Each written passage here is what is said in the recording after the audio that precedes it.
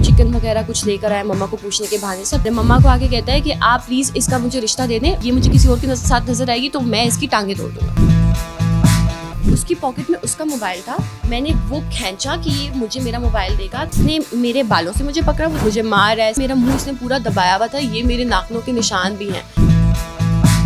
कल तो बहुत ज़्यादा मेरा फेस स्वेल। एक्सप्रेस न्यूज़ के साथ मैं हूं उसामा इकबाल। नाज़रीन, इस्लामाबाद में सना यूसुफ के बाद एक और सोशल मीडिया इन्फ्लुएंसर के घर पर हमला हुआ है और उनको बाज़ाब्ता तौर पर अगवा करने की कोशिश की गई और अगवा करके यहाँ से उनके घर के बाहर से लेके जाया गया। मैं बात कर रहा हूँ सामिया हिजाब की, जिनके घर में कुछ दिन पहले हमला हुआ। उनको यहाँ से बाकायदा तौर पर अगवा करके लेके जाया गया और जो मुलजिम है उसके खिलाफ FIR भी दर्ज कर ली गई है थाना शालीमार में। हमारे साथ इस वक्त सामिया हिजाब मौजूद हैं, इनसे बात करते हैं। सामिया, क्या वाक़या पेश आया, थोड़ा सा डिटेल में बताएं। कैसे ये बंदा घर में आया और यहाँ से आपको अगवा करके लेके गया, थोड़ा सा रोशनी डालें। अस्सलाम वालेकुम।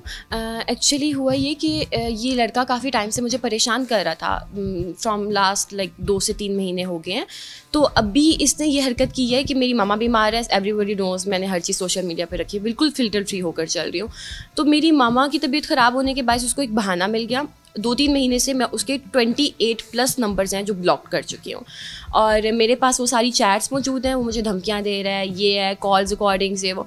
तो अभी जब मेरी मम्मा बीमार थी, वो चिकन वगैरह कुछ लेकर आया मम्मा को पूछने के बहाने से। अब क्योंकि दरवाज़ा खुला हुआ था ऑलरेडी, सब आ रहे थे, तो अंदर आ गया और मम्मा को आके कहता है कि आप प्लीज़ इसका मुझे रिश्ता दे दें, वरना ये मुझे किसी और के साथ नजर आएगी तो मैं इसकी टांगें तोड़ दूँगा। तो उस टाइम पे भी मैं इसकी वीडियो रिकॉर्ड करी थी एक साइड से, तो इसने देख लिया, इसने मुझसे मोबाइल लिया, इसने वीडियो डिलीट कर दी और तब भी इसने मुझ पे हाथ उठाया और ये चला गया। अब मेरे पास किसी चीज़ का सबूत नहीं था। ये जो चीज़ हुई है ना, मैंने अभी रिसेंटली अपने कैमराज एक्टिव किए हैं। इसको ये था कि इनके कैमराज एक्टिव नहीं है।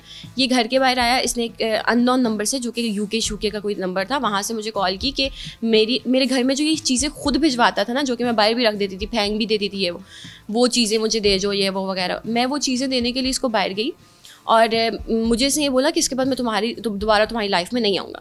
मैं ऑलरेडी बहुत ज़्यादा एग्जॉस्टेड थी, तो मेरे घर में कोई भी नहीं था, सब हम 3 लोग हैं, मेरी मम्मा, मेरा भाई, और मेरा भाई घर पे नहीं था। मम्मा मेरी की सर्जरी हुई बेड पे और मैं बाहर गई हूँ। अब क्योंकि सोसाइटी मेरी ऐसी है कि ऑलरेडी गार्ड्स मौजूद हैं, तो आई वॉज ऑल ओके, मैं बहुत कॉन्फिडेंटली बाहर गई हूँ।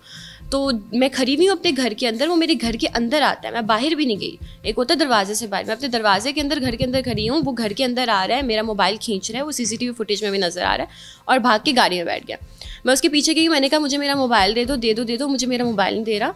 उसकी पॉकेट में उसका मोबाइल था, मैंने वो खींचा कि ये मुझे मेरा मोबाइल देगा, तो इसका मोबाइल मैंने बाहर फेंक दिया कि ये लेने के लिए बाहर होगा, मैं अपना मोबाइल लूँगी, चली जाऊँगी।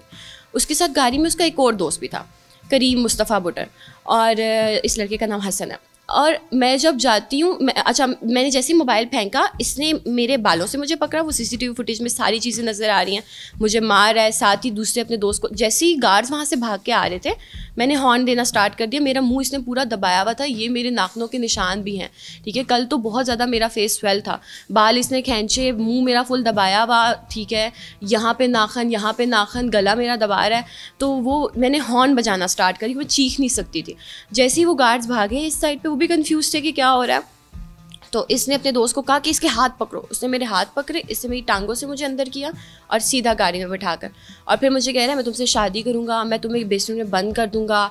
मुझे कह रहा है वो जो तुमने मूवी देखी है गर्ल इन दी बेसमेंट, वो करूँगा मैं तुम्हारे साथ, तुम्हें बेसमेंट में बंद कर दूंगा, तुमसे शादी करूँगा, पूरी ज़िंदगी कोई तुम्हें ढूंढ नहीं पाएगा, किधर है कानून, कौन से IG तुम मुझे सुना रही हो, ये कर रही हो, वो कर रही हो, मैं देख लूँगा।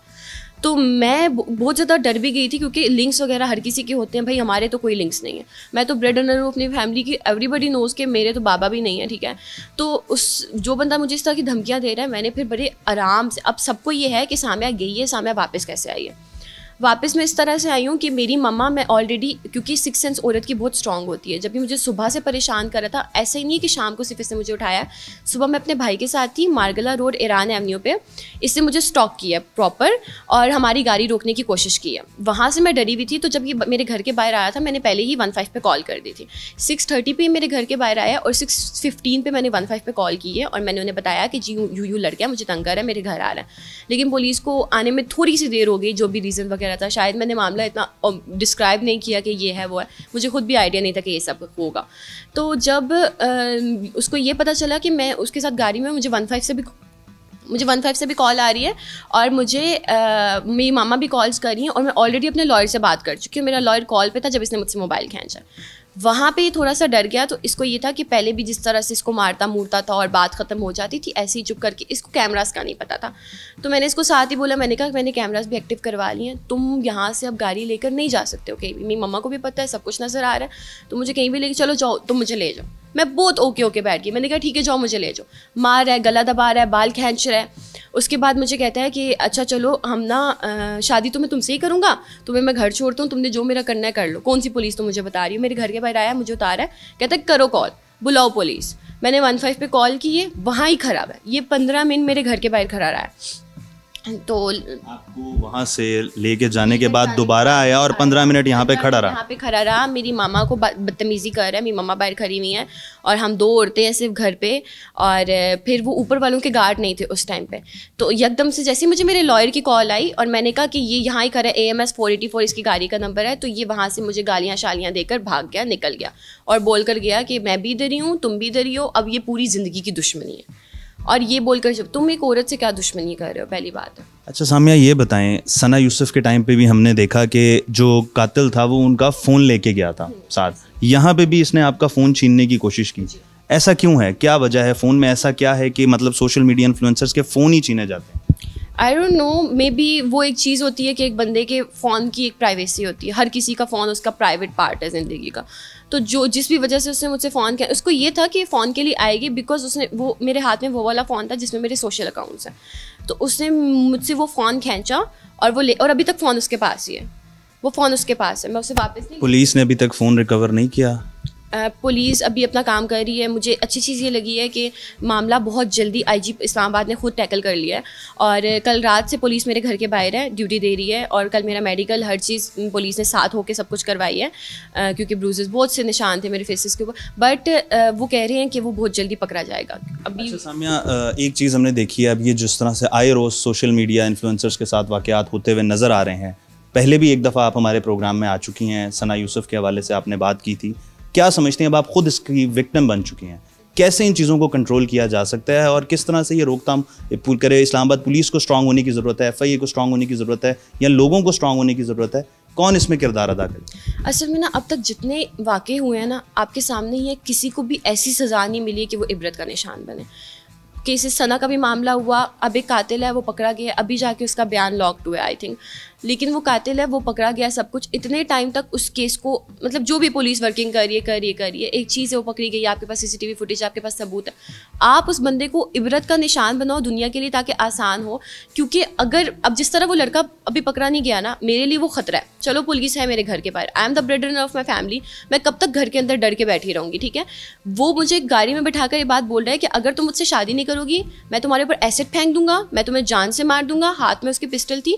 ये एक बिग केस है, ये तो अल्लाह की ज़ात है जिस तरह से मैं बच गई, जो भी मेरी माँ की दुआएं थी, वरना वो तो मुझे कत्ल के इरादे से आया हुआ था। तो अगर वो आज मैं वाहिद ऐसी औरत हूँ जो बच गई हूँ किसी के, क्योंकि मुझ पे आज केस हो जाता तो यही चल रहा होता, मैं मरी भी होती, कहीं पड़ी भी होती, या वो मुझे उठा के ले जाता तो यही चल रहा होता कि जी सामिया को ढूंढे तो सामिया मर गई, तो सामिया के साथ ये हो गया, और वो केस बाद में पकड़ा जाता, जो भी उसको सज़ा होती। लेकिन अगर मैं बच गई हूँ तो ये उसको इबरत का निशान बनाएं ताकि आगे आने वाली नस्लों में कोई भी मर्द किसी भी औरत को कमज़ोर मत समझे। अभी आप इस्लामाबाद पुलिस से क्या तवक्को कर रही हैं, क्या अपील है आपकी उनसे कि जिस तरह से एक अफसोसनाक वाक़या होते होते रह गया, और ये भी एक अफसोसनाक वाक़या ही था लेकिन इससे ज़्यादा नुकसान नहीं हुआ, क्या समझती हैं? अब तो आप सारी ज़िंदगी के लिए डर चुकी हैं, जब तक वो मुलज़िम बाहर है तब तक आप डर में ही रहेंगी। इस्लामाबाद पुलिस से आप क्या तवक्को करें?